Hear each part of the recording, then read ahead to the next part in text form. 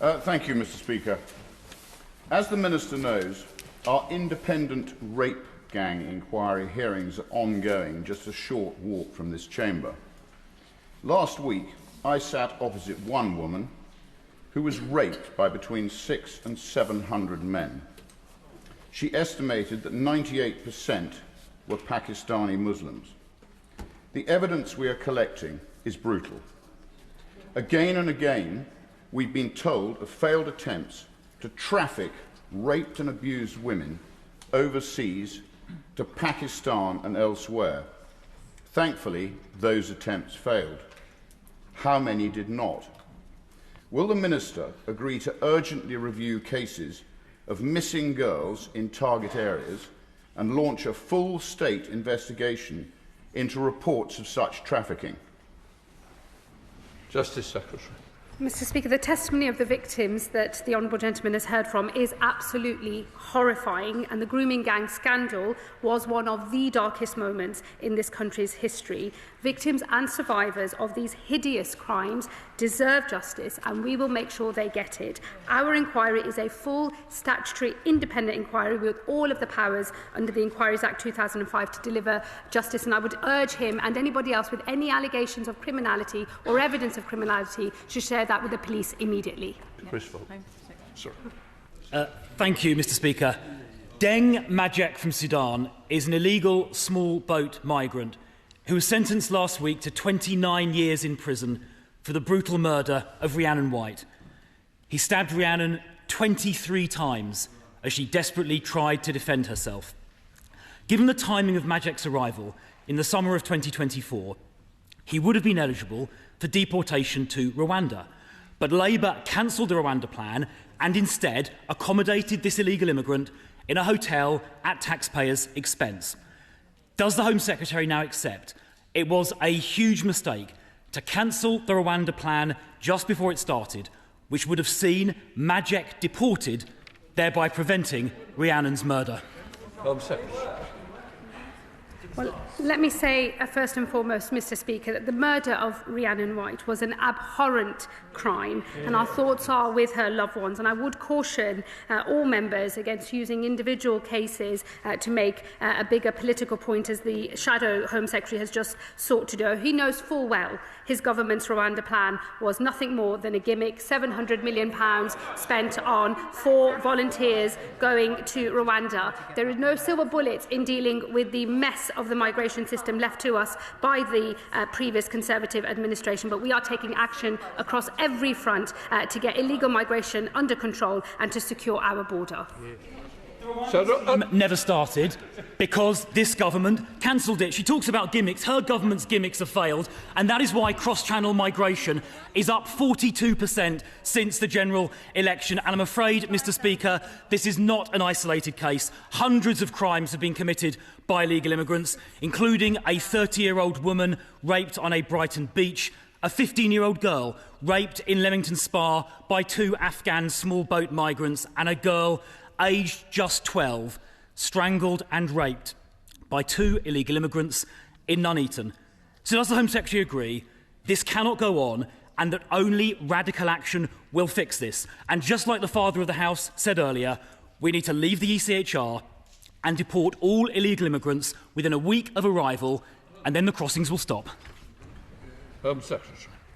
Well, what I would say to the Honourable Gentleman is he's only picked up this new policy of leaving the ECHR in opposition, not one that they took up when they were in government, and I'm afraid he's just carping now from the sidelines, to which he has been condemned by the British people for failing to control our borders. It is this government that is sorting out the absolute abject mess left by the Conservative Party in our migration system. Order.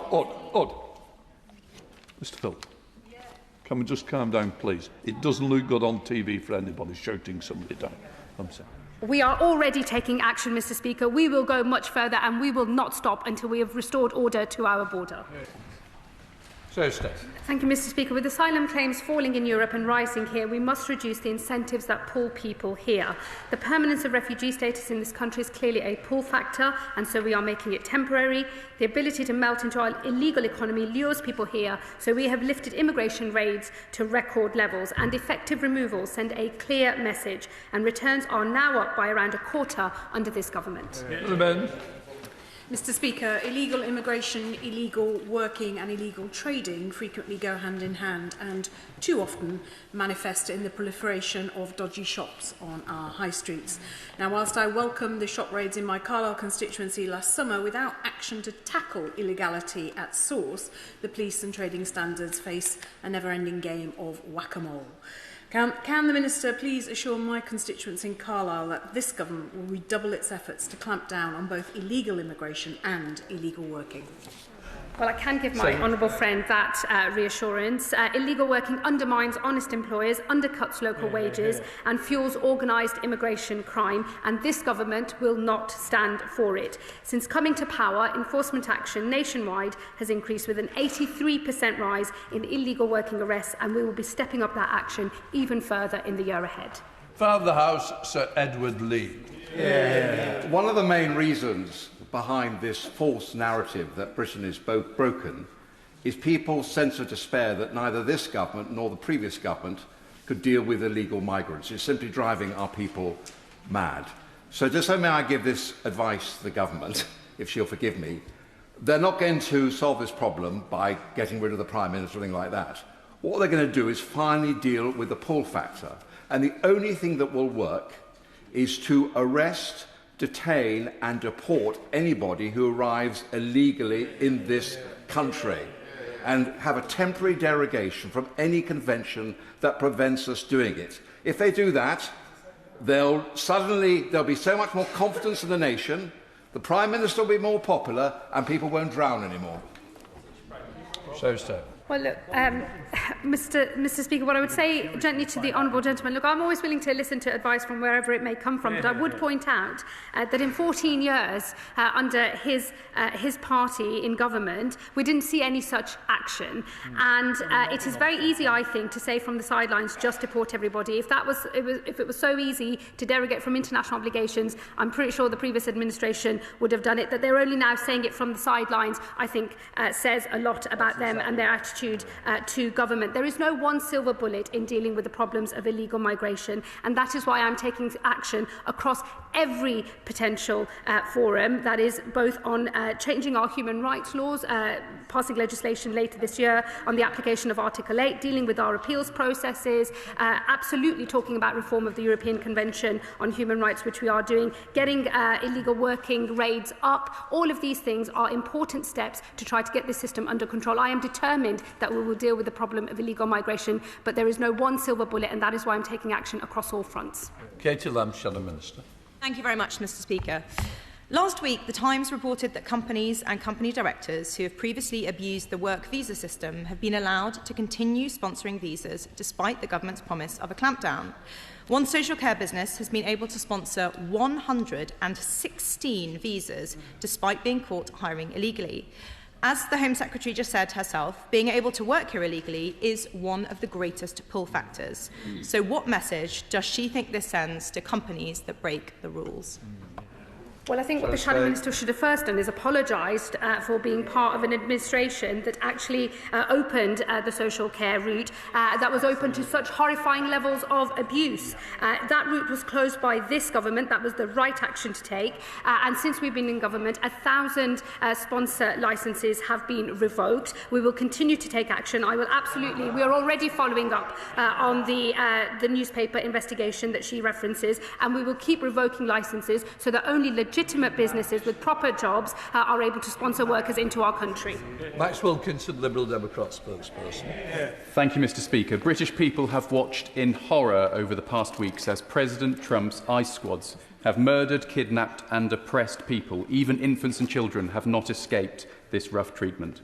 Now, the Conservatives have suggested they would like to introduce a removals force styled on ICE, and we can only guess what the Honourable Member for Clacton would do if he was in charge, even if he concedes that ICE has gone too far on occasion. So will the Home Secretary condemn Trump's ICE squads, and will she reassure us that we will not see ICE squads on the streets of Britain? Well, Mr. Speaker, unlike I think most of Westminster, I'm not plagued with America brain, and I don't spend any of my time worrying about what's happening over in the States. But as the Home Secretary, I focus on my day job, which is protecting people in our country. And he will know full well that we do not have anything like the sorts of arrangements that we've seen over in America. But without having armed immigration enforcement, we've already got record removals to just under 60,000 since we've been in government. We will go further, but we will do so in line with the arrangements we already have in place and our British values.